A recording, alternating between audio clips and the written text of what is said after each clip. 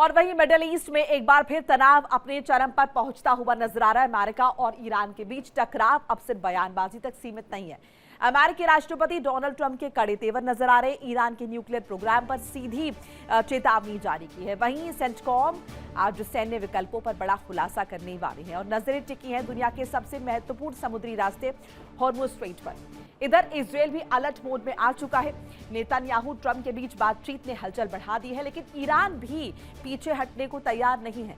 Ghalibaf ने America को सीधी चेतावनी दे दी है। अब सवाल यह है कि क्या दुनिया एक और बड़े टकराव की ओर बढ़ रही है या कूटनीति से कोई रास्ता जो है वो निकलने वाला है, ये देखना होगा। जिस युद्ध की हम बात कर रहे थे, क्या सेकेंड फेज की बातचीत हो पाएगी या फिर उससे पहले ईरान पर अटैक कर देगा अमेरिका, क्योंकि इस तरह की खबरें आ रही है कि तैयारियां जो है वो शुरू कर दी गई है। एक ब्रीफिंग जो है वो डोनाल्ड ट्रंप को दी जाएगी और हमले किए जाएंगे। हमले बहुत तेज नहीं होंगे, लेकिन ये अटैक होंगे। ऐसे में ईरान पर फिर हमले का प्लान बना रहे हैं डोनाल्ड ट्रंप। ईरान पर फिर से हमले की तैयारी हो रही, योजना बन रही है डोनाल्ड ट्रंप द्वारा, अमेरिका द्वारा।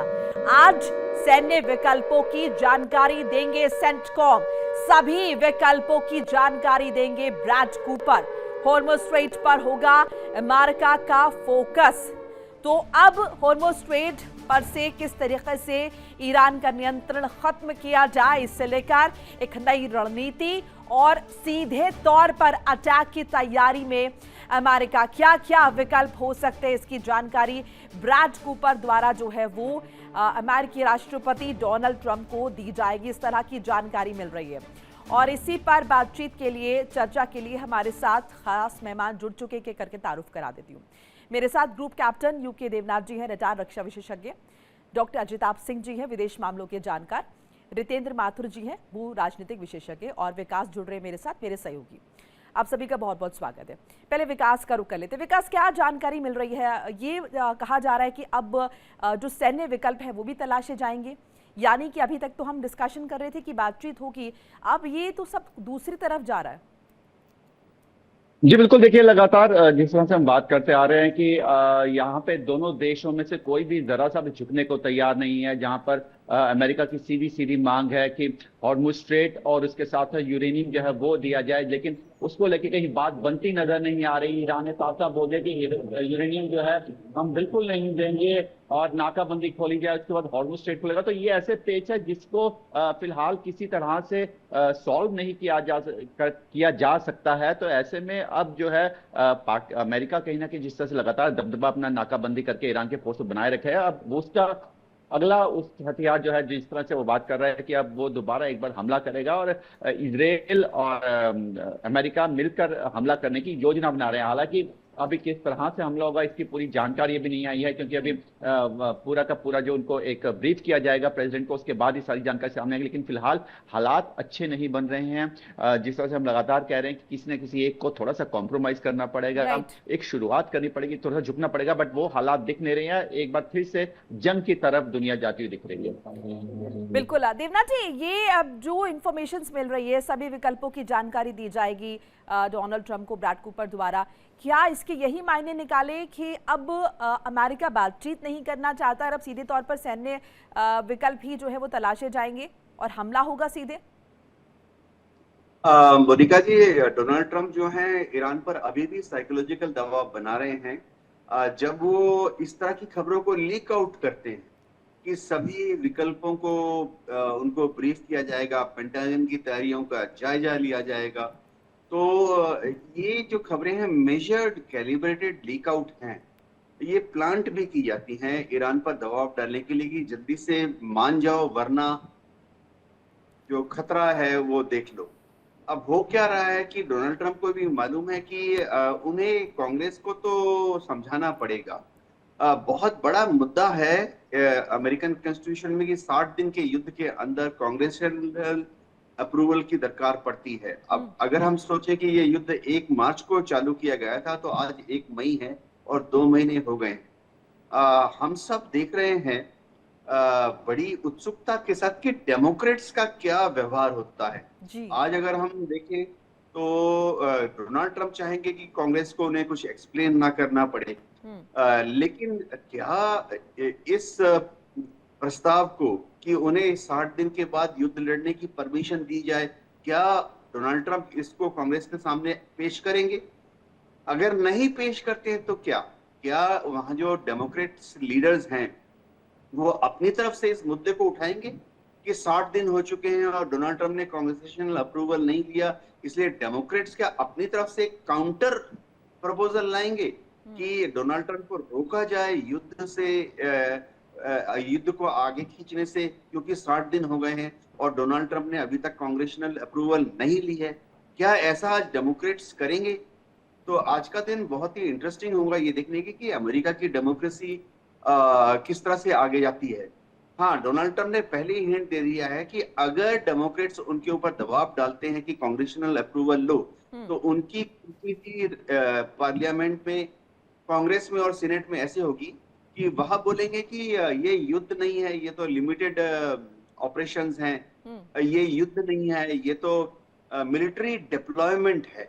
अच्छा। तो अलग अलग लीगल लैंग्वेज का इस्तेमाल करते हुए डोनाल्ड ट्रंप अपने को, कहते हैं ना, मछली हाथ से फिसल गई, फिसलने की कोशिश करेंगे। क्या यूएस नेवी हमला करने के लिए तैयार है? शायद हाँ, लेकिन ये देखना पड़ेगा कि यूएस नेवी में बहुत बड़ा रेजिस्टेंस है समुद्री मार्ग से या हवाई मार्ग से ईरान पर हमला करने के लिए। आज से महज 7 दिन पहले यूएस की जो नेवी सेक्रेटरी हैं, जैसे हमारे यहाँ डिफेंस सेक्रेटरी होते हैं, वहाँ पीट हेगसेथ से तो वो तो मिनिस्टर सेक्रेटरी ऑफ वॉर हैं, लेकिन क्योंकि बहुत बड़ा देश है अमेरिका, बहुत ज्यादा डिफेंस बजट होता है, तो navy secretary, air force secretary, army secretary होते हैं। और नेवी सेक्रेटरी जो कि एक सिविलियन ऑफिसर होते हैं उच्च पद पर, उन्होंने रिजाइन किया आज से 7 दिन पहले। तो देखना इंटरेस्टिंग होगा कि आज क्या होता है। बिल्कुल। इस बीच एक अपडेट जरा साझा कर ले, आप लोगों के पास लौट रहे। ईरान के एटमी प्रोग्राम पर ट्रंप की तरफ से एक स्टेटमेंट आया। ईरान के एटमी प्रोग्राम पर डोनाल्ड ट्रंप का बयान, ईरानी न्यूक्लियर डस्ट पाकर रहेंगे, डोनाल्ड ट्रंप ने कहा। यूरेनियम नहीं दिया तो छीन लेंगे, ये भी डोनाल्ड ट्रंप की तरफ से कहा गया है कि यूरेनियम अगर नहीं दिया तो उसे हम छीन लेंगे। दूसरी तरफ सैन्य विकल्पों को लेकर बात चल रही है। तीसरी तरफ ये भी बात चल रही है कि दूसरे दौर की बातचीत हो ईरान के साथ और मामला सुलझा लिया जाए, लेकिन उस बातचीत में भी ये पेच है कि पहले परमाणु समझौता होगा, फिर दूसरी चीजों पर बात होगी। डॉक्टर अजिताब, यूरेनियम नहीं दिया तो छीन लेंगे, फिर ये सैन्य तैयारियों का जिक्र, फिर वो डिप्लॉयमेंट भी हम देख रहे हैं, जिस तरीके से वो मोबाइल सैन्य बेस जो है वो बढ़ाया जा रहा है, वो भी देख रहे हैं। सो कुल मिलाकर आपका इंटरप्रिटेशन क्या है, क्या सिनेरियो आप देख रहे हैं? देखिए मोनिका जी, जो आपने डिटेल बताए उससे क्लियर है कि आज होने वाली ब्रीफिंग बहुत इम्पोर्टेंट है। इसमें जो सेंट्रल कमांड जो अमेरिका का है उसके हेड जो एडमिरल कूपर हैं वो ब्रीफिंग देने जा रहे हैं। वहाँ पे जो उम्मीद बताई जा रही है 3 विकल्पों पे, जो सैनिक विकल्प और मिलिट्री विकल्प की बात हो रही है, उसमें 3 विकल्पों पे ध्यान दिया जा रहा है। और इस ब्रीफिंग में जो अमेरिका के चेयरमैन ऑफ द चीफ कह लीजिए कि डिफेंस स्टाफ है, उसके चेयरमैन डॉन केन, वो भी उसमें पार्टिसिपेट कर रहे हैं। पिछली दफा भी युद्ध से 2 दिन पहले, मतलब 26 फरवरी को इस तरह की ब्रीफिंग हुई थी और 2 दिन बाद अटैक हुआ था। हाँ। कुछ वैसा ही लग रहा है। और इस ब्रीफिंग में एक तो न्यूक्लियर डस्ट जिसको ट्रंप कह रहे हैं, जो इनरिच्ड यूरेनियम का है, उसको कैसे हासिल किया जाए उस पे भी ब्रीफिंग होगी कि क्या सैनिक कार्रवाई करके उसको, जो इस्फहान में संभावना बताई जा रही है कि वहां पे। डॉक्टर अजिताब, इसके क्या ये मायने भी निकाले कि अमेरिका को लग रहा है कि ईरान नहीं समझौता करेगा, ना ही वो उसे रशा में रखने वाला है, इसलिए उसे हम छीन लेंगे, हमें सैन्य कार्रवाई करनी पड़ेगी? यस, अमेरिका को लग रहा है, और जो अभी तक दिख रहा है ईरान नहीं इस झुकने को तैयार है। इसलिए एक तरफ तो ब्रीफिंग करके जो मिलिट्री का एक्शन की बात हो रही है, दूसरी तरफ एक और लेटेस्ट इनिशिएटिव ट्रंप ने फिर लिया है। जैसे 2003 में इराक को पे अटैक के लिए इन्होंने एक कॉलिशन बनाया था, उस तरह का कॉलिशन बनाने की फिर से तैयारी है। और ट्रंप एडमिनिस्ट्रेशन ने विदेशी जो भी अन्य देश के हैं, चाहे वो नेटो हो चाहे भारत हो, अन्य देशों को एक अपील की है कि एक मैरीटाइम फ्रीडम कंस्ट्रक्ट नाम का एक इनिशिएटिव शुरू किया है। और उसमें सारे देशों को ये कहा जा रहा है कि हॉर्मुज को फ्री करने के लिए आप भी आगे आए। जैसे पिछले बार इराक के अटैक में लगभग 40 से ज्यादा देशों का एक कॉलिशन बना था और उस कॉलिशन ने अमेरिका को साथ दिया था इराक पे अटैक करने में। वैसी भी कोशिश जारी है। मैरीटाइम फ्रीडम कंस्ट्रक्ट के नाम से एक इनिशिएटिव, एक प्रपोजल ट्रंप एडमिनिस्ट्रेशन ने दिया है विदेशी अन्य राष्ट्रों को, और उनसे अपील की है कि आप आइए, नहीं तो ये हॉर्मुज ऐसे ही रहेगा। आप भले सैनिक ना भेजिए, लेकिन जिस भी रूप में आप सपोर्ट कर सकते हैं इस कॉलिशन को, इस इनिशिएटिव को, हॉर्मुज को क्लियर करने के लिए खास करके, और भी उसके जो एजेंडे हैं अपना न्यूक्लियर इन्वेस्टमेंट का, वो भी होगा। तो इसमें मुझे लग रहा है ये दोनों तरफ से उनकी एक मुहिम अब फिर से शुरू हुई है और निश्चित रूप से कुछ ना कुछ इसके सीरियस परिणाम देखने को मिलेंगे। जी माथुर साहब, हॉर्मुज स्ट्रेट तो मुझे लग रहा है जैसे कि बैक साइड चला गया, क्योंकि ईरान तो कन्विंस्ड है भाई। ईरान कह रहा है कि हॉर्मुज स्ट्रेट खोल देते, आप अमेरिकी नाकाबंदी खोल दीजिए, बहाल हो जाएगा। वो तो खुद चाह रहे हैं कि हॉर्मुज स्ट्रेट खुले और वो एक्सपोर्ट कर पाए तेल को। लेकिन यहाँ पर अब दूसरी चीज ज्यादा अगर देखें तो वो डोमिनेट करती हुई नजर आ रही है, और ऐसा लग रहा है कि डोनाल्ड ट्रंप की जो पहली मंशा है वो ये कि पहले आप यूरेनियम पर बात कर लो, परमाणु समझौते पर बात हो जाए, उसके बाद हम देखते हैं बाकी चीजें। स्टेट ऑफ हॉर्मुज को लेकर जो बातचीत आई है सबसे पहले सामने, वो ईरान ने कहा कि अगर हम स्टेट ऑफ हॉर्मुज खोल देते हैं तो एक गड़बड़ वहां कैसी है कि ईरान ने वहां पे कुछ माइंस बिछा रखी हैं, और मजे की बात यह है कि वो ईरान बोलता हम भूल गए हमने कहा कौन सी माइंस डाली हुई है। अब ऐसे में मान लीजिए ये स्टेट ऑफ हॉर्मुज खुल जाता है और शिप्स निकलने शुरू होते हैं, कोई शिप के उसके चंगुल में आया तो ब्लास्ट हो जाएगा और वो नष्ट हो गया जहाज, तो जितना भी क्रूड ऑयल लेके जा रहा है तो millions billions of barrels crude oil समुद्र में फैल जाएगा, जो भी है तो कुल मिला के नुकसान होगा। ऐसे में अमेरिका ने जो तय किया है वो माइन स्वीपर सिस्टम अडॉप्ट करके उनको लेजर से सबको डिटेक्ट करेगा, और माइन स्वीपर उसके पास एक सिस्टम है, उससे अंदर उनको जाके पकड़ेगा और डिस्ट्रॉय करेगा। तो इस तरीके से अब जो अटैक है वो ईरान पे नहीं होगा, ईरान के माइंस पे होगा, जो माइंस उसने बिछा रखी है उनको खत्म करने के लिए। तो ये जो सिचुएशन क्रिएट हुई है कि ईरान पे अटैक नहीं होगा, या माइंस पड़ेगा, और इसके अंदर ये जितने भी उनके जो प्रॉक्सी वॉर करने वाले जो ग्रुप्स हैं ये भी इफेक्टिव हैं, और ये खाली ईरान हॉर्मुज ही नहीं है, उसके नीचे भी इन्होंने की। तो ऐसे में सबसे बड़ी समस्या ये आ रही है कि जो अगर खुल जाती कोई चीज तो भी स्थिति वही की वही रहने वाली जो पहले थी। अब इसके बाद सेकेंडरी ऑप्शंस उनके पास हैं कि आपने न्यूक्लियर एनरिचमेंट्स के लिए क्या किया है। न्यूक्लियर एनरिचमेंट्स के उन्होंने कहा कि हम जी रशिया को दे देंगे, फिर कोई प्रपोजल दे रहा है कि भारत को दे दो। हाँ। तो ये दोनों बातें आ रही हैं उनके सामने, अभी तक कुछ तय नहीं हुआ उनके यहाँ। हाँ। ये दोनों बातें निकलने से तय हो रहा है कि इसको रास्ता निकलना चाहिए। माथुर साहब, आपकी आवाज में कुछ दिक्कत आ रही है, मैं आपके पास लौट रही हूं, फिर से एक बार कनेक्ट होने की कोशिश करते हैं। इस बीच एक अपडेट जरा बता दें, अमेरिका की सैन्य तैयारी पर इजराइल की तरफ से एक दावा किया गया, वो जरा बता दें। अमेरिका की सैन्य तैयारी पर इजराइल का दावा, दोबारा जंग शुरू करने पर विचार कर रहा अमेरिका। ईरान में नेतृत्व परिवर्तन की दरकार है, ये जरूरी है, आज की तरफ से कहा गया है। ये बड़ी जानकारी आपके साथ साझा कर रहे हैं। अमेरिका की सैन्य तैयारी पर इजराइल की तरफ से दावा किया गया। विकास, क्या इंफॉर्मेशन आ रही है आपके पास? जी बिल्कुल, देखिए यूएस की सैन्य तैयारी के बाद इजराइल का अलर्ट आया है और इजराइल ने ईरान पर हमले की तैयारी शुरू कर दी है। आईडीएफ ने लड़ाकू विमानों की तैनाती बढ़ाई है, और नेतन्याहू ने ट्रंप को दी जानकारी के मुताबिक जो टाइम्स ऑफ इजराइल के हवाले से खबर आ रही है कि उन्होंने पूरी जानकारी दी है कि वो पूरी तरह से तैयार हैं और आईडीएफ पूरी तरह से हमले के लिए तैयार है। और ऐसी खबरें भी आ रही हैं कि यूएस से काफी ज्यादा वेपन और इक्विपमेंट जो है वो इजराइल की तरफ ट्रांसफर किया गया है शिप्स और प्लेन्स के द्वारा। तो कहीं ना कहीं एक युद्ध की आहट जिससे सब बचना चाहते थे वो फिर से शुरू होने की खबर सामने आ रही है। बिल्कुल, अमेरिका के सैन्य तैयारी के बाद इजराइल अलर्ट मोड पर नजर आ रहा है और इजराइल ने ईरान पर हमले की तैयारी शुरू कर दी है। जिस तरह की इंफॉर्मेशन मिल रही है, आईडीएफ ने लड़ाकू विमानों की तैनाती बढ़ा दी है और ट्रंप को इस बाबत इंफॉर्मेशन साझा की है। ये टाइम्स ऑफ इजराइल के हवाले से आपको इंफॉर्मेशन बता रहे हैं। देवनाथ जी, अभी इसको भी हम साइकोलॉजिकल दबाव ही माने या फिर इसमें हम कुछ सत्यता खोजें कि वाकई में ये कोशिश की जा रही है? क्योंकि ये भी इंफॉर्मेशन थी कि हमले तो होंगे, बहुत तेज नहीं होंगे, लेकिन अटैक्स किए जाएंगे। अब ये अटैक्स जैसे कि माथुर साहब जिक्र कर रहे हैं वैसे होंगे माइंस पे, या फिर डायरेक्टली ईरान को निशाना बनाया जाएगा?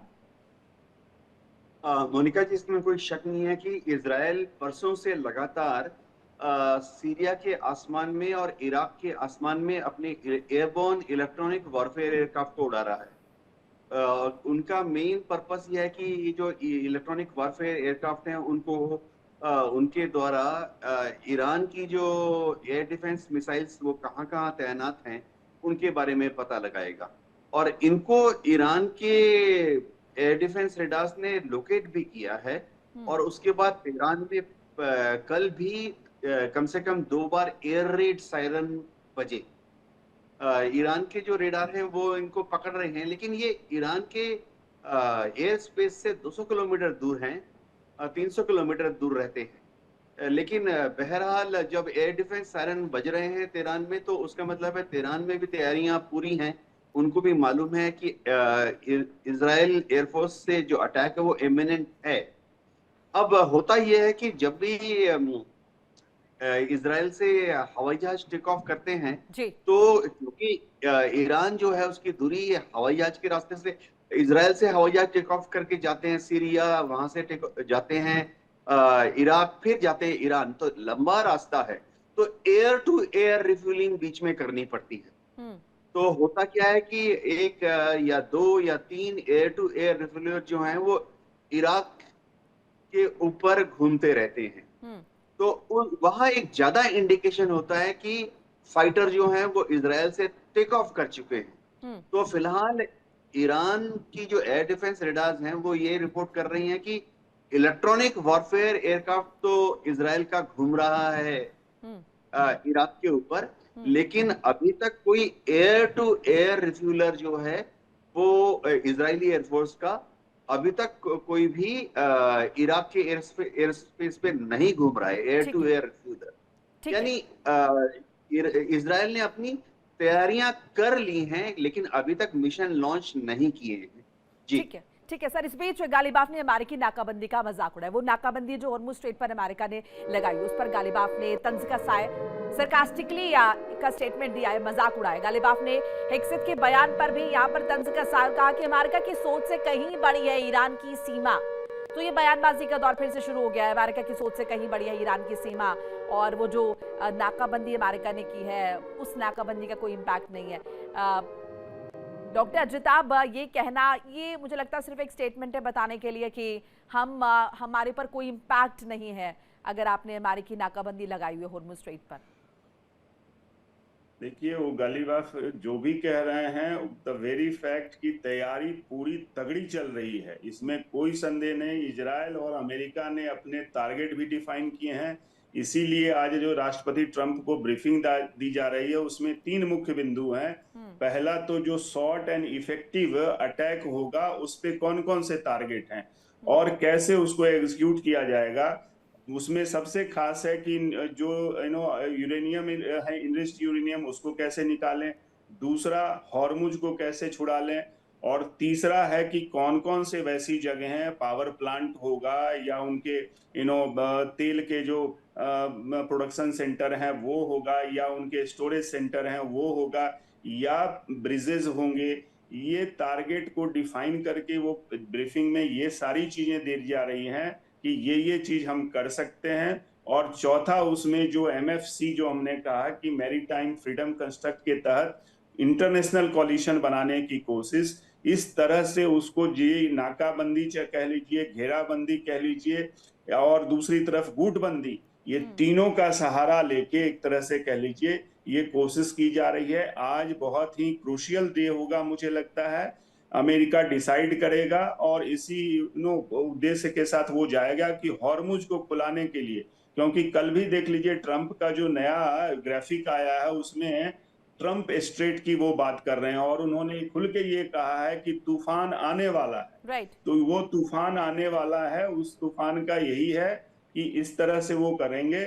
और अब चूंकि सारे देश बहुत ज्यादा परेशान हो चुके हैं, आप देख लीजिए कल से यानी वो जो सेकेंड फेज की बातचीत का जिक्र कर रहे हैं वो अब एकदम ठंडे बस्ते में डाल दिए और ये मान बैठा है अमेरिका कि ईरान से बात करने का कोई फायदा है ही नहीं, ये बात नहीं हो पाएगी। बिल्कुल, उसका ये देखिए बातचीत का तो दौर अभी भी ट्रंप कह रहे हैं कि बातचीत चल रही है, लेकिन किससे बातचीत करके इसको डील को फाइनल किया जाए, who is authority in Iran. और ये भी सच्चाई है कि ईरान में कौन डिसीजन मेकर है, क्या वो गालिबाफ हैं, क्या वो IRGC के जो कमांडर हैं वाहिदी वो हैं, ये भी वहां पता नहीं चल रहा है।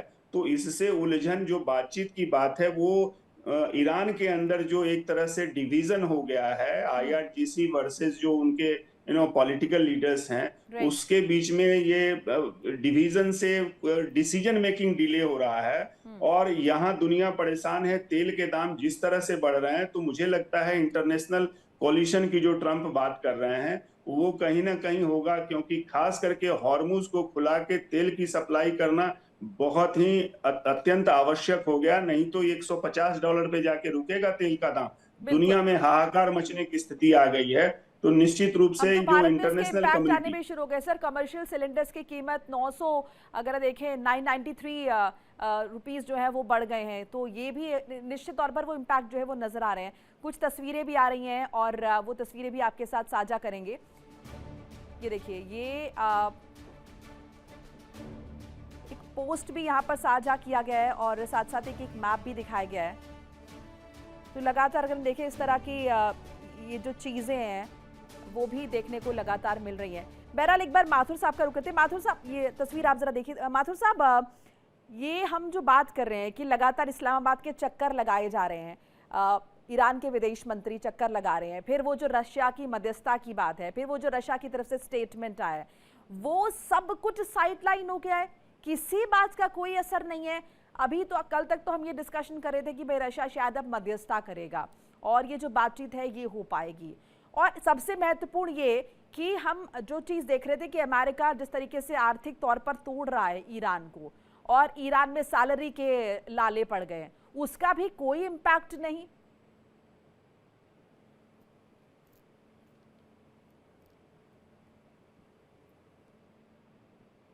वो अब एक्टिव हो गए हैं। अभी तक तो क्या था कि देश लड़ रहा था, देश तो साइड हो गया, उसने अपने प्रॉक्सीज आगे कर दिए।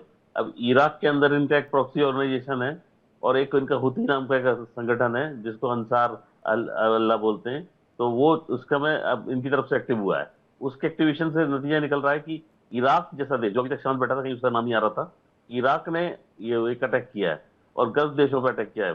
तो इसके कारण ये है कि अब सारा कॉन्सेंट्रेशन चेंज हो रहा है, मतलब तेहरान से कॉन्सेंट्रेशन हटके दूसरे देशों की तरफ जा रहा है और ध्यान दूसरी तरफ बंटने के कारण ये है कि एक्टिविटी तो चल रही है, वॉर की एक्टिविटी चली रही है, तो इसके कारण सब लोग ये झगड़े चलेंगे। ये झगड़ा खत्म करने के लिए अगर बड़े देश में जैसे रूस आया सामने, उसको इन पर दबाव बनाना चाहिए, ये जो प्रॉक्सीज है इनको जरा शांत रखो।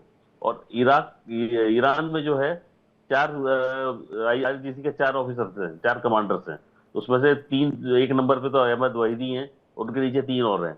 ये चारों मिलके जो है चाहते हैं कि हमें कोई शांति वार्ता नहीं करना, हम लड़ेंगे और लड़के ही सब चीजें खत्म करेंगे। अब लड़ेंगे तो फिर लड़ाई चलती रहेगी। और शांति वार्ता करने वाले अहमद हमारे मसूद पेजेश्किन जो राष्ट्रपति हैं, और जो अभी फिर से सामने आ गए हैं गालिबाफ साहब, जो बीच में रिजाइन कर दिया था, सबसे पता चला था, पर अब वो उनका रिजाइन करने के पीछे भी रीजन ये था कि बहुत अमेरिका के प्रो होते जा रहे थे वो, इसलिए उनको दबाव डाल के रिजाइन कराया गया। एनीवे अब फिर से पावर में आए हैं, वो काम कर रहे हैं ये, और इस समय विदेश मंत्री उनके जो एक्टिव हैं, ये मिलकर कुछ रास्ता निकालना है, तो यही सिर्फ डिप्लोमेटिक बातचीत कर सकते हैं। बिना डिप्लोमेटिक बातचीत के कोई रास्ता खुलने वाला नहीं है। कोई ना, अब अल्टीमेटली सबको टेबल पर बैठना ही पड़ेगा। वो तो जब डिप्लोमेसी फेल हो जाती है तो वॉर होता है, दुनिया का रूल यही है। तो ऐसे में इन लोगों को बैठ के इस पर बात करनी पड़ेगी। और पाकिस्तान की जो अपनी भूमिका की बात निकाली है, पाकिस्तान तो डबल ट्रिपल स्टैंडर्ड्स प्ले कर रहा है। वो क्या चाह रहा है कि तेहरान में से आसिफ मुनीर तेहरान में 4 दिन बैठे, 4 दिन रहे, 4 रात 4 दिन वहां रहे। माथुर साहब, मैं आपके पास लौटू एक अपडेट जरा साझा कर ले। ट्रम्प ने हॉर्मुज खोलने का प्लान बनाया, योजना बनाई, क्योंकि अब सबकी सांसें अटकी हुई हॉर्मुज ना खुलने की वजह से ट्रम्प ने हॉर्मुज खोलने का प्लान बनाया। मित्र देशों के साथ अमेरिका ऑपरेशन चलाएगा, ईरान से तेल सप्लाई रोकने पर और सख्ती होगी। ईरानी बंदरगाहों की नाकाबंदी जो है वो लगातार जारी रहेगी। विकास, अब कहीं ना कहीं देखे वो जो हॉर्मुज स्ट्रेट खुला हुआ है, माफ कीजिएगा, हॉर्मुज स्ट्रेट जिस तरीके से बंद है, आवाजाही बंद है, उससे कहीं ना कहीं अगर देखिए ज्यादा दिक्कत पेश आ रही है। अब ट्रंप ने हॉर्मुज खोलने का एक प्लान बनाया तमाम देशों को साथ लेकर, क्या कुछ जानकारी? जी बिल्कुल, देखिए लगातार जो प्लान्स हैं, plan A, plan B, plan C, अगर हम करें तो कई ऐसे प्लान्स हैं जो अमेरिका लगातार बना रहा है। उनका थिंक टैंक जो है इसी काम पे लगा है पिछले काफी समय से, और उनकी कोशिश है किसी तरह से जो है ईरान पर दबाव बनाया जाए। जो उनके पोर्ट्स की नाकेबंदी की है वो एक दबाव बनाने की रणनीति थी, और जो कहीं ना कहीं बहुत कारगर सिद्ध हुई है ईरान के लिए। जो उसकी आर्थिक ये जो सिर्फ ये इसके पोर्ट्स की नाकेबंदी नहीं, उसकी आर्थिक नाकेबंदी हो गई, और अब कहीं ना कहीं वो छटपटाहट वो ईरान में साफ साफ देखी जा रही है। लेकिन हॉर्मुज को लेकर खोलने की बात जो है उस पे कहीं ना कहीं बात आके अटक गई थी, और अगर हॉर्मुज को खोलने का प्लान बनाता है तो देखा जाए कहीं ना कहीं दबे स्वर में कई देश अंदर ही अंदर इसमें राजी भी होंगे। हालांकि कहीं हो सकता है कहीं सामने ना आए, लेकिन क्योंकि हॉर्मुज अगर खुलेगा तो बहुत लोगों की दिक्कत, जो सामान जाने की, तेल जाने की, वो दूर होगी। लेकिन जिस तरह से अटकलें लगाई जा रही हैं कि ईरान ने उसमें कुछ वो सी माइंस बिछाई हैं, क्या वो वाकई हैं? अगर हैं तो उसको किस तरह से काउंटर किया जाएगा, और क्या वाकई ही उस एरिया को खोला जा सकेगा? क्योंकि देखिए, अगर एक तरफ यहाँ पर अगर देखिए हम ईरान है तो दूसरी तरफ ओमान भी है, कुछ इलाका ओमान के पास भी आता है, तो क्या ओमान की तरफ से निकाला जाएगा? ओमान को प्रोटेक्शन देगा? अभी इन चीजों पे क्लैरिफिकेशन नहीं आई, लेकिन अगर ये हॉर्मुज खोला जाता तो कहीं ना कहीं पूरी दुनिया को इससे फायदा जरूर मिलेगा, और ये कहीं ना कहीं एक फायदा यूएस को भी देगी, यूएस का दबदबा बनेगा, और ईरान नहीं करने देगा। ईरान भी पूरी कोशिश करेगा कि वो यूएस का दबदबा ना बनने दे, वो हॉर्मुज पे अपना जो आधिपत्य है वो कायम रखे, क्योंकि अगर वो खुल गया तो ईरान की एक तरह की इस युद्ध में पूरी तरह से हार होगी। यूके देवनाथ जी, जो हम जिक्र कर रहे हैं कि आईआरजीसी नहीं चाहता शांति वार्ता हो, और उन बातों का क्या, वो जो आर्थिक तौर पर ईरान को तोड़ने की कोशिश हो रही है, और कहा जा रहा है कि अंततः अगर देखें तो सब चीजें आर्थिक स्थिति पे ही निर्भर करती है। अगर आईआरजीसी को भी फंड नहीं मिलेगा तो कब तक युद्ध लड़ेंगे वो? तो क्या वो यानी कि कामयाबी नहीं मिली है अमेरिका को, वो आर्थिक तौर पर तोड़ नहीं पाए ईरान को? मोनिका जी, ये आईआरजीसी शांति नहीं चाहता, युद्ध चाहता है। करेक्ट पर्सपेक्टिव ऐसा होगा कि आईआरजीसी शांति चाहता है, लेकिन वो ईरान के लिए एक क्या कहें, इज्जत के साथ शांति चाहता है।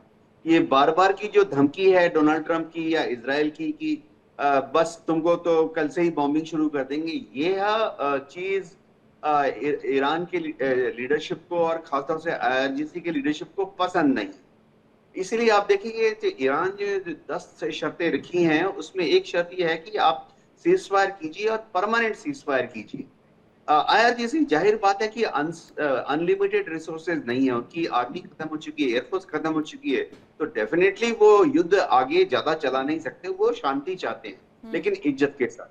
दूसरी बात है कि क्या अमेरिकन स्ट्रेट ऑफ हार्मुज को क्या अमेरिका खोल देगा? देखिए, ईरान बार बार कह रहा है कि हम स्ट्रेट ऑफ हार्मुज खोलने के लिए राजी हैं। उन्होंने तो एक्सपेरिमेंटल बेसिस पे एज ए टोकन सिंबोलिज्म दुनिया को दिखाने के लिए कि स्ट्रेट ऑफ हार्मुज हमने खोल दिया है, 24 घंटे के लिए उन्होंने खोल दिया था आज से 12 दिन पहले। लेकिन जब इक्विवेलेंट रिस्पांस अमेरिका से नहीं आया स्ट्रेट ऑफ हार्मुज खोलने का, तब ईरान ने फिर से स्ट्रेट ऑफ हार्मुज को बंद कर दिया। आज भी ईरान बार बार यही कह रहा है जब कि हम खोल देते हैं स्ट्रेट ऑफ हार्मुज को, बशर्ते अमेरिका भी स्ट्रेट ऑफ हार्मुज को खोल दे। अब अमेरिका का जो स्ट्रेट ऑफ हार्मुज बंद करने का वो टोल लेने वाली बात नहीं पच रही ना अमेरिका को, कि ईरान ना ये कह रहा है खोल देंगे, लेकिन टोल लेंगे, छोटा हिस्सा है। अब हम बात कर रहे हैं कि तेल की कीमत जो है कभी $100 प्रति बैरल, कभी 140 बैरल, कभी डॉलर, कभी 120 बैरल पर बैरल। इसमें मान भी लेते हैं, टोल लगा देते हैं, वो एक बैरल पर $1 से भी कम पड़ रहा है। अगर आप मैथमेटिक्स दीजिए, वो बोल रहे हैं $1 मिलियन। अब एक जो कच्चा तेल का टैंकर होता है उसमें 1 मिलियन बैरल आ जाता है, तो एक बैरल पर जो टोल, चलिए मान भी लेता हूं कि ईरान जबरदस्ती ले रहा है, लेगा, एक बैरल पर $1 से भी कम पड़ रहा है। अब बात यह है कि यहाँ तो आप देखिए हर रोज अमेरिका की थ्रेट की वजह से, क्योंकि अमेरिका ने ही मूलतः अभी स्ट्रेट ऑफ हार्मुज को बंद किया हुआ है, कच्चे तेल का जो डॉलर है वो हर रोज $10 छलांग मार रहा है कच्चे तेल की कीमत। तो यानी वहां पर नाक का प्रश्न माने क्या, कि अमेरिका को नाक का सवाल हो गया है कि ये टोल वसूल कैसे सकते हैं, ये कैसे कानून बना सकते हैं, कैसे हक अपना जता सकते हैं? मोनिका जी, टोल पूरी कहानी में कहीं बैठता ही नहीं है, ना आर्थिक दृष्टि से ना पॉलिटिकल दृष्टि से। जब युद्ध चालू हुआ था 28 फरवरी को, कच्चे तेल की कीमत $65 पर बैरल थी। $65 से क्यों आज वो छलांग मार के $120 गया है? यहाँ क्योंकि अमेरिका ने स्ट्रेट ऑफ हॉर्मुज को बंद किया हुआ है। देखिए, इजराइल ने हमला शुरू किया, ईरान की टॉप पॉलिटिकल लीडरशिप को मार डाला, तो ईरान को कुछ तो करना है ना। ये तो कहना सर कि वो ये सब तो हम जानते हैं, लेकिन एट द एंड ये नैरेटिव तो अमेरिका ने बनाई है कि हॉर्मुज स्ट्रेट पर ईरान ने नियंत्रण अपना जो है बनाया, और ईरान की वजह से ये दिक्कत जो है ये सबको वैश्विक स्तर पर पेश आ रही है। इस बीच एक अपडेट जरा साझा कर ले, आपके पास लौटो। हॉर्मुज पर जर्मन चांसलर की तरफ से स्टेटमेंट है। हॉर्मुज पर जर्मन चांसलर का बड़ा बयान, हॉर्मुज को खोलने में हम अमेरिका के साथ है, हर संभव योगदान दे रहे हैं, ये कहा गया है जर्मन चांसलर की तरफ से। तेल के लिए हमें हॉर्मुज की दरकार नहीं है, वैश्विक प्रभाव को कम करना हमारा मकसद है, ये एक स्टेटमेंट आया और साथ देते हुए यहाँ पर दिखाई दी हॉर्मुज पर जर्मन चांसलर। इससे पहले टॉन्ट भी करते हुए नजर आए थे, और अभी ये जो स्टेटमेंट है इसके हिसाब से ये कहना है कि हर संभव योगदान दे रहे हैं। अजिताभ जी, क्या योगदान जो है वो दिया जा रहा है? क्या प्रत्यक्ष तौर पर भी युद्ध लड़ते हुए नजर आने वाले अमेरिका के साथ?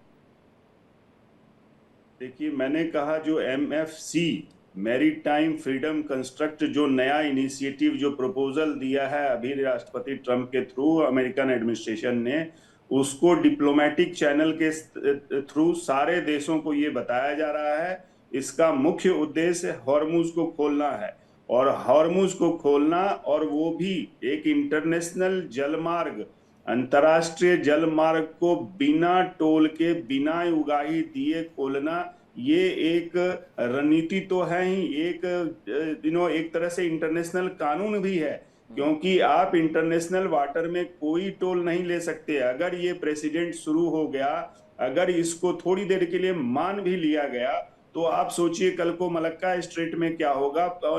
जो भी इस तरह के इंटरनेशनल वाटर हैं, इंडिया भी इस तरह से फिर तो कल को डिमांड करे, चाइना भी डिमांड करेगा उधर साउथ चाइना सी में, तो ये कहां जाके रुकेगा ये टोल का खेल? तो इसलिए ये तो संभव ही नहीं है। जो UNCLOS, जो United Nations convention on laws of sea है, उसमें भी इस तरह की कोई ऐसी कवायद नहीं है। तो इसीलिए आप ये जर्मनी के चांसलर का जो लेटेस्ट स्टेटमेंट जो आपने अभी कोट किया मोनिका जी, वो दिखा रहा है कि अंतर्राष्ट्रीय कोलिशन बनने की तैयारी हो रही है।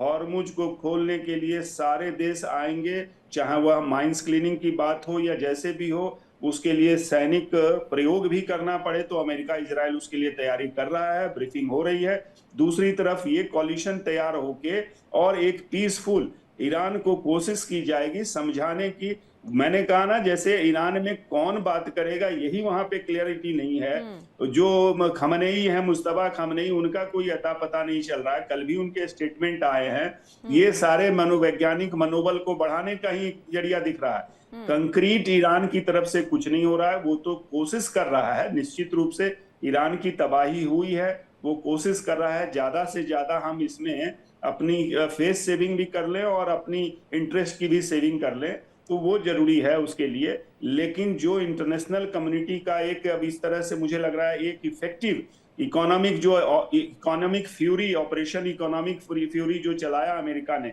उसका भी असर दिख रहा है। सैनिक प्रेशर, जो मिलिट्री ऑपरेशन है, वो भी दिख रहा है। और तीसरी तरफ अगर इंटरनेशनल कॉलिशन बन गया, जो जर्मन चांसलर के स्टेटमेंट से दिख रहा है, क्योंकि जर्मनी, ध्यान रखिए, जर्मनी अमेरिका का अपोज करता रहा है। कल परसों भी जर्मनी के अगेंस्ट में राष्ट्रपति ट्रंप ने भी बात की है और जर्मनी ने भी बात की है, ईरान के फेवर में बात की है। लेकिन आज जर्मन चांसलर का जो ये स्टेटमेंट चेंज हुआ है, यानी सर इसके क्या ये मायने निकाले, वो नैरेटिव बन चुका है जो मैं देवनाथ जी से भी जिक्र करी थी। क्योंकि देखिए, जब से युद्ध शुरू हुआ है ना, अलग अलग रुख हमने देखे। कभी हमें लगता है कि अमेरिका इतना ज्यादा जो है यहाँ पर माहौल खराब करने की कोशिश कर रहा है, अमेरिका ने ही ये कार्रवाई शुरू की है। फिर बीच में हमें ये लगता है कि अमेरिका तो यहाँ पर सबके हित में बात कर रहा है, ईरान जो है उसका रुख बहुत ज्यादा खराब है, वो आतंकवादी देश है। अब यहाँ पर ओवरऑल अब जो देख रहे हैं, अब जो सिचुएशन आज की तारीख में, ये नैरेटिव सेट करने कहिए या फिर आप जो भी कहिए, लेकिन अमेरिका अब कहीं ना कहीं वो तमाम देशों को साथ लाने में कामयाब हो रहा है और ये बताने में कि हॉर्मुज स्ट्रेट बंद करने के लिए जिम्मेदार ईरान है और ईरान की वजह से ही ये बड़ा संकट पैदा हुआ है? देखिए, ये तो क्लियर है, अमेरिका ने नैरेटिव सेट करने की कोशिश की है, एक ऑप्टिक्स भी क्रिएट किया है उसने।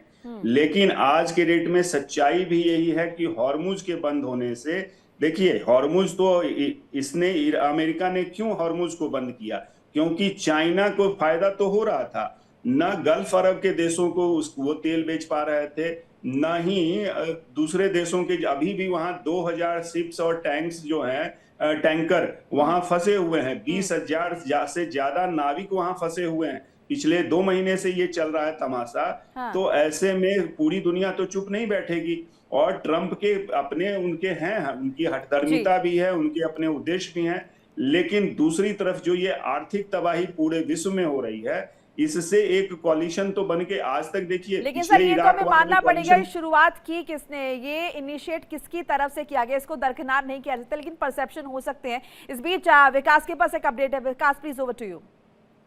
देखिए, अमेरिका का ईरान पर एक बड़ा प्लान सामने आ रहा है। अमेरिका ने फाइनल ब्लो ऑपरेशन की तैयारी की है और ट्रंप को इसकी पूरी जानकारी दी गई है। इस पर ईरान पर छोटे छोटे लेकिन तेज हमले संभव है। निशाने पर इंफ्रास्ट्रक्चर और लीडरशिप जो है वो होगी एक बार फिर से। तो कहीं ना कहीं ये बातचीत के लिए दबाव बनाने की रणनीति फिर से शुरू हो गई है। और अगर ये जो ऑपरेशन है फाइनल ब्लो, अगर ये कामयाब हो जाता है और ये चल पड़ता है, तो कहीं ना कहीं एक बार फिर से ईरान में रोज नए धमाके सुनने को मिलेंगे और उसका जो नतीजा है, उसकी रिटेलिएशन पूरे गल्फ में भी देखने को मिलेगी। तो एक बार फिर से ये अगर आप देखेंगे तो ये स्टेटमेंट कहीं ना कहीं एक दबाव बनाने की रणनीति के जो शांति वार्ता है उसको की जाए। लेकिन देखा जाए तो एक ऑपरेशन ब्लो जो है, फाइनल ब्लो है, ये एक बहुत बड़ा ऑपरेशन होने जा रहा है अगर ये ऑपरेशन होता है तो। बिल्कुल माथुर साहब, ऑपरेशन ब्लो का अब जिक्र हो रहा है और कहा जा रहा है कि अब यहाँ पर इंफ्रास्ट्रक्चर और लीडरशिप एक बार फिर से निशाने पर अमेरिका के।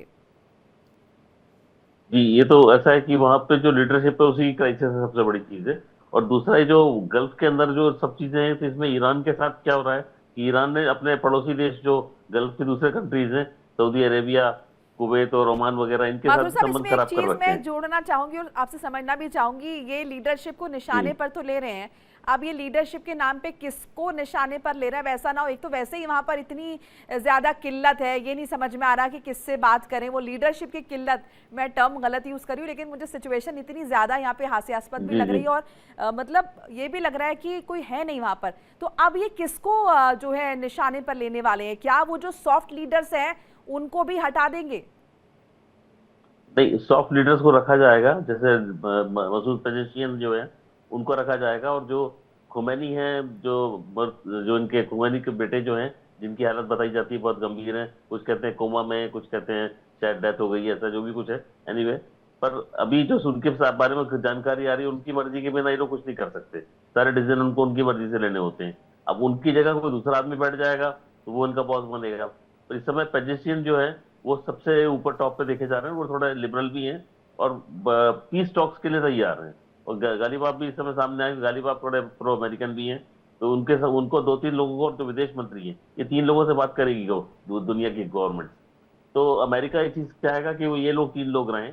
हाँ, इसमें जो अहमद, इनके जो IRGC के जो चीफ है, उनसे बातचीत मुझे नहीं लगता होगी, क्योंकि वो खुद भी नहीं एडमेंट है, नहीं करना चाहेंगे।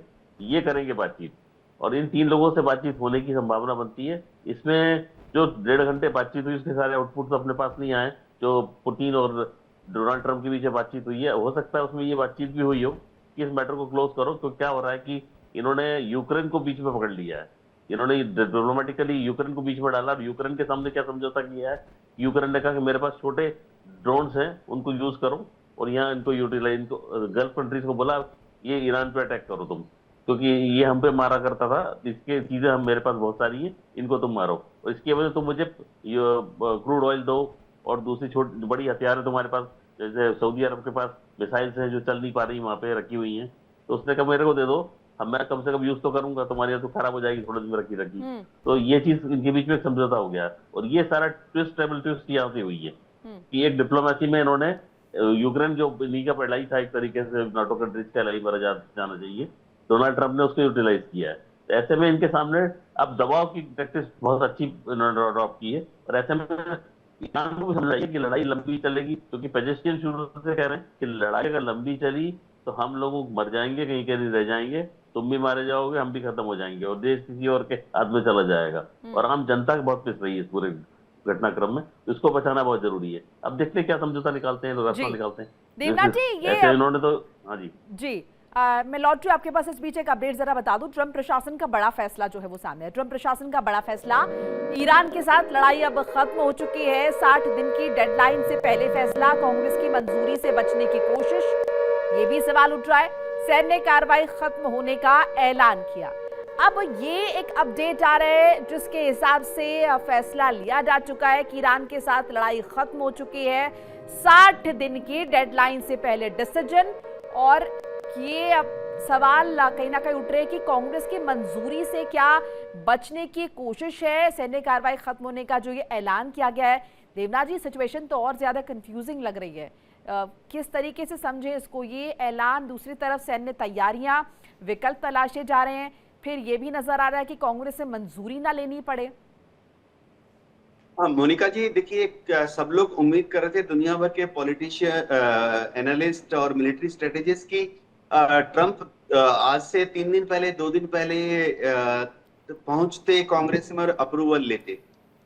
उन्होंने इसको अलग अलग तरह से अवॉइड करने की कोशिश की, कांग्रेसनल अप्रूवल लेने की, क्योंकि उनको थोड़ा सा डाउट लग रहा था। ये भी कोई शक नहीं है कि डेमोक्रेट्स भी तैयार थे कि अगर कांग्रेस खुद नहीं, अगर डोनाल्ड ट्रंप खुद अप्रूवल लेने के लिए अपनी तरफ से, प्रेसिडेंट की तरफ से पार्लियामेंट में नहीं आते हैं, कांग्रेस में नहीं आते हैं परमिशन लेने के लिए, तो फिर डेमोक्रेट्स दबाव डालेंगे कि वह इस युद्ध को बंद करें या परमिशन लें। अब वहां पर दिक्कत यह है डोनाल्ड ट्रंप की कि इसलिए वो थोड़ा नरम पड़ रहे हैं। दिक्कत डोनाल्ड ट्रंप की यह है कि अमेरिकन कांग्रेस में जो रिपब्लिकन पार्टी है उनको महज 7 सीटें ज्यादा हैं डेमोक्रेट से, महज 7 सीटें। और अमेरिकन सेनेट में रिपब्लिकन पार्टी को महज 5 सीटें ज्यादा हैं डेमोक्रेट्स सेनेटर्स की तुलना में। तो बहुत बड़ा आंकलन ये भी लगाया जा रहा था कि 5 या 7 रिपब्लिकन सेनेटर्स जो हैं वो ट्रंप के खिलाफ डेमोक्रेट्स के साथ वोटिंग कर सकते हैं, क्रॉस वोटिंग कर सकते हैं। इसी को भांपते हुए ट्रंप ने थोड़ा ऐलान किया है कि फिलहाल थोड़ा नरमी बरती जाए, क्योंकि अगर ट्रंप को कांग्रेस से परमिशन लेने की प्रेशर में आ जाए और वोटिंग हो जाए, और वोटिंग में 1 या 2 वोट से ट्रंप का युद्ध आगे बढ़ाने का प्रस्ताव गिर जाए, तो ट्रंप के लिए तो पॉलिटिकल सर्वाइवल हो जाएगा। ऐसे ही रिपब्लिकन पार्टी को लग रहा है कि ट्रंप ने रिपब्लिकन पार्टी के भविष्य को, निकट भविष्य को बिगाड़ दिया है। तो अगर वोटिंग होती और कांग्रेस में और सेनेट में और 1-2 वोट से हार जाते ट्रंप, तो रिपब्लिकन पार्टी को बहुत ज्यादा स्ट्रेटेजिक नुकसान होता है। जी ठीक है, यानी कि डॉक्टर अजिता आप ये समझे कि फिलहाल अभी युद्ध तो नहीं हो रहा है, युद्ध टल गया है, या फिर युद्ध नहीं हो रहा है? नहीं, देखिए ये डेडलाइन का तो कोई मामला ही नहीं था, वो तो हेडलाइन बनाने की कोशिश हमेशा रहती है, और हेडलाइन में रहने की कोशिश तो होती है राष्ट्रपति ट्रंप की, तो वो चल रहा था। पहले भी ये हो चुका है कि ये 2 महीने का जो भी कांग्रेसनल अप्रूवल की है, इसको ओवरलुक करके पिछले कई राष्ट्रपतियों ने अलग अलग डिसीजन लिए हैं और एक्शन लिए हैं और युद्ध हुआ है, नंबर 1। नंबर 2, ऐसे कई सारे प्रोविजन हैं, खास करके 2001 में जब अमेरिका पे अटैक हुआ था, तो उस समय एक नया प्रोविजन बना था AUMF के नाम से, authorisation for use of military force. उसमें कोई डेडलाइन का चक्कर नहीं है, उसमें अटैक, अमेरिका के हित में अटैक करने के प्रोविजन हैं कभी भी, तो वो भी प्रोविजन इनके पास था। तो ट्रंप के पास कई ऐसे ऑप्शंस थे, अल्टरनेटिव थे कि कांग्रेस को बाईपास करके और अभी भी देखिए उन्होंने एक मास्टर स्ट्रोक कर लिया। फॉर्मली उन्होंने डॉक्यूमेंटेशन पे ऑन रिकॉर्ड कह दिया कि युद्ध खत्म हो गया, लेकिन AUMF का सहारा लेके या और भी कई प्रोविजन है जो कहता है कि अमेरिका के हित में, अमेरिका के इंटरेस्ट में, उसकी सुरक्षा में राष्ट्रपति को ये अधिकार है एक्शन लेने का। ये जो नई ब्रीफिंग हो रही है, ये एक्शन वो कभी भी ले सकते हैं। युद्ध तो पहले खत्म हो गया। सीज फायर भी उन्होंने इंडिफिनिट इसीलिए अनाउंस किया था। दैट वाज पार्ट ऑफ, कह सकते हैं कि रणनीति के तहत वो चल रहे हैं। और वो रणनीति का नेक्स्ट जो स्टेप है वो एक तरफ ब्रीफिंग के कि कैसे इसको शॉर्ट एंड फाइनल ब्लो दिया जाए, और दूसरी तरफ इंटरनेशनल कोलिशन बना के हॉर्मुज को ट्रैक पे लाया जाए और फिर से सुचारू चीजें की जाए। ये उनका पूरा प्लान है और उसी पे वो चलते दिख रहे हैं। बिल्कुल, यानी इसे भी टैक्टिक्स के तौर पे ही देखा जाए कि हम युद्ध चाहते नहीं है, हमने तो खत्म कर दिया, लेकिन अगर कुछ ऐसा होता है ईरान की तरफ से जो अमेरिका के हित में नहीं है तो फिर हम अटैक कर देंगे। माथुर साहब, इन सब के बीच हम वो मिडिल ईस्ट की स्थिति जरा भूल रहे हैं। अभी हमने देखा पिछले दिनों लगातार मिडिल ईस्ट को, जो बाकी कंट्रीज हैं, उन्हें भी इस युद्ध की मार झेलनी पड़ी थी। सो अब अगर एक बार फिर से अमेरिका की तरफ से अटैक होते, इसराइल की तरफ से अटैक होते, निश्चित तौर पर ईरान भी रिटेलिएट करेगा, तो मिडिल ईस्ट के जो देश हैं वो एक बार फिर से वो मार झेलेंगे जो अभी रिवाइव भी नहीं कर पाए हैं। हाँ, जो आपने बोला कि इस समय गल्फ के जो दूसरे देश हैं जहाँ पे अमेरिका ही उनका सब जो पेट्रोलियम प्रोडक्ट्स का काम करता है, उसमें अमेरिका ही मेजर कंट्री है, और ये सब लोग देश जो हैं उस पर डिपेंडेंट हैं, और उसने वो अपने छोटे छोटे कंट्रोलमेंट भी बना रखे हैं। तो ईरान के सामने ये था कि इन देशों ने इन लोगों ये अमेरिका को जगह दे रखी है, तो ये मतलब हमारे दुश्मन है, तो उन्होंने इन पे हमला किया। और उसने कहा कि भाई मैं जो हूँ, मैं इंडिपेंडेंट आदमी हूँ, और मैं इंडिपेंडेंट कंट्री के रूप में यूएसए जैसे देश को टक्कर दे रहा हूँ। तो यूएसए देश को टक्कर दे रहा हूँ मतलब मैं देश तुम्हारे पूरे रीजन का सबसे बड़ा सुपीरियर पड़ता देश में ही हूँ। तो इसका फायदा उठाने के लिए उसने हमला किया, इन्होंने वहां उसके ऊपर अटैक कर दिया। तब वो बुरी तरह कोलैप्स हो चुका है कंट्री की तरीके माना जाए, क्योंकि जो लड़ने वाले लोग हैं वो ऑलमोस्ट ऑल लड़ जरूर रहे हैं, पर उनके पास ताकत के नाम पे कुछ नहीं है। जैसे उनके पास सब पहले तो उनके पास एयरफोर्स और नेवी तो उनके पास थी नहीं, सारी आर्मी है जो भी है, लड़ेगी थोड़ी देर वो भी लड़ पड़ पाएगी। एनीवे, अब गल्फ कंट्रीज के सामने ये है कि उनके सामने आर्थिक संकट खड़ा हो रहा है, क्योंकि पैसा उनके पास भी फ्लो बंद है, हार्मोज बंद है, और दुनिया के अंदर ट्रेड नहीं कर पा रहे। दूसरी जगह भी वो लोग अपने ट्रेड पे ले नहीं सकते। दूसरा कैसा है, उनके देश में भी बाहर से जो चीजें आती थी वो भी बंद पड़ी हुई है। जैसे अब सबसे बड़ा समस्या है कि सारे गल्फ कंट्रीज के सामने खाद्य समस्या भी है कि खाना उनको भारत जैसे देश से 60% आता है, बाकी और देशों से आता है। तो ये सब ट्रैक बंद रहेंगे तो वो जहाज भी नहीं पहुंच पाएंगे वहां पे, तो ना आर्थिक रूप से उनकी कमाई हो पाएगी, ना और दूसरे संसाधन नहीं पहुंच पाएंगे। तो ऐसे में उनको घेरा जा रहा है एक तरीके से, और अमेरिका चाह रहा है कि घेराबंदी खत्म हो, और इसके लिए अमेरिका का कोई भी अपने बड़े भाई को बोलते हैं ना, वैसे ही उन्होंने अमेरिका को बोला हुआ है।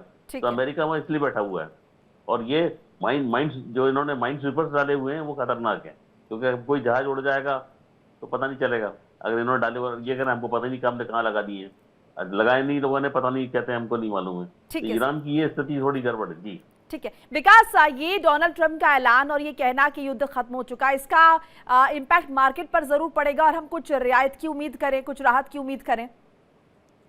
जी देखिए, जितनी बार इनकी बयानबाजी हुई है उतनी बार मार्केट में कहीं ना कहीं उसका असर देखा गया है। लगातार मार्केट अप्स एंड डाउन जो है वो देखे जा रहे हैं, लेकिन देखा जाए तो ये भी मार्केट के लिए ठीक नहीं है। जिस तरह से लगातार बैक टू बैक स्टेटमेंट्स आ रही हैं, कहीं ना कहीं रेजिस्टेंस जो है मार्केट की वो खत्म होती है इससे। लेकिन जिस तरह से अगर देखेंगे अभी जो इनका बयान है, लेकिन उसके पहले फाइनल ब्लो के बारे में बात करना, तो ये अपने आप में एक बहुत बड़ी कॉन्ट्राडिक्शन है कि आखिर ट्रंप चाहते क्या हैं। जैसे अभी हमारे गेस्ट बता रहे हैं कि उनकी रणनीति हो सकती है कि ताकि इनको वहां पर जो उनके विपक्ष है उसका सामना ना करना पड़े, कहीं हद तक ही सही है। लेकिन उसके बावजूद अगर ये फिर से एक बार ऑपरेशन फाइनल ब्लो शुरू करते हैं और अपनी उसी रणनीति के तहत ईरान पे हमला करते हैं, तो आने वाले समय में इनकी बातों पे लोग विश्वास फिलहाल अभी तो नहीं कर रहे, लेकिन जो रही सही कर रहे हैं वो भी विश्वास खत्म हो जाएगा। तो ऐसे में अमेरिका की क्रेडिबिलिटी पे फर्क पड़ता है। अमेरिका की क्रेडिबिलिटी खत्म होती है और उसका असर आपको पूरे विश्व की मार्केट पे पड़ता हुआ दिखेगा। बिल्कुल देवनाथ जी, ये तो निश्चित तौर पर बड़ी बात है क्रेडिबिलिटी, क्योंकि इसीलिए मैंने आपसे जिक्र किया था कि बहुत कंफ्यूजन हो जा रहा है। एक तरफ आप कह रहे हैं फाइनल ब्लो, आप कह रहे हैं सैन्य तैयारियां जोरों पर है, दूसरी तरफ आप कह रहे हैं युद्ध खत्म हो रहा है। भले ही आपकी टैक्टिक्स का हिस्सा है, लेकिन इससे कहीं ना कहीं क्रेडिबिलिटी पर आपकी सवाल उठते हैं। अमेरिका की क्रेडिबिलिटी देखिए, अमेरिका की मिलिट्री क्रेडिबिलिटी की बात करता हूं उन्होंने इतने अनाउंसमेंट के बाद, दुमदुमी बजाने के बाद यूएसएस जेराल्ड बुश को डिप्लॉय किया था, और कल उनको फिर से अनाउंस करना पड़ा कि जेराल्ड बुश में बहुत सारी टेक्निकल प्रॉब्लम्स आ रही हैं, तो उसको वापस अमेरिका लेके जा रहे हैं। तो मेरे जो नेवी के मित्र हैं वो कह रहे थे कि जेराल्ड बुश में टेक्निकल कोई प्रॉब्लम नहीं है, असल प्रॉब्लम है कि जेराल्ड बुश में जो सेलर्स हैं, जो नाविक हैं जी, वही अब इस युद्ध को नहीं करना चाहते। तो जेराल्ड बुश में 3000 से ज्यादा सेलर्स तैनात हैं, जो कि अमेरिकन नेवी के हिस्से हैं, अमेरिकन मेरीन कोर के हिस्से हैं, और वही इस युद्ध में बिल्कुल, अब वो भी कहीं ना कहीं थक चुके हैं। सर, वक्त फिलहाल इतना ही है। आप सभी का बहुत बहुत शुक्रिया हमारे साथ जुड़ने के लिए, अपनी कीमती राय साझा करने के लिए, नजरिया अपना साझा करने के लिए इंडिया डेली के माध्यम से। और फिलहाल एक छोटा सा ब्रेक। इंडिया डेली आपके स्मार्ट टीवी पर भी मौजूद है। देखिए इंडिया डेली 24/7 अब आपकी स्मार्ट टीवी पर। इंडिया डेली मौजूद है सभी डिजिटल प्लेटफॉर्म पर लाइव और लगातार। इंडिया डेली 24/7 हर दिन राष्ट्र को समर्पित।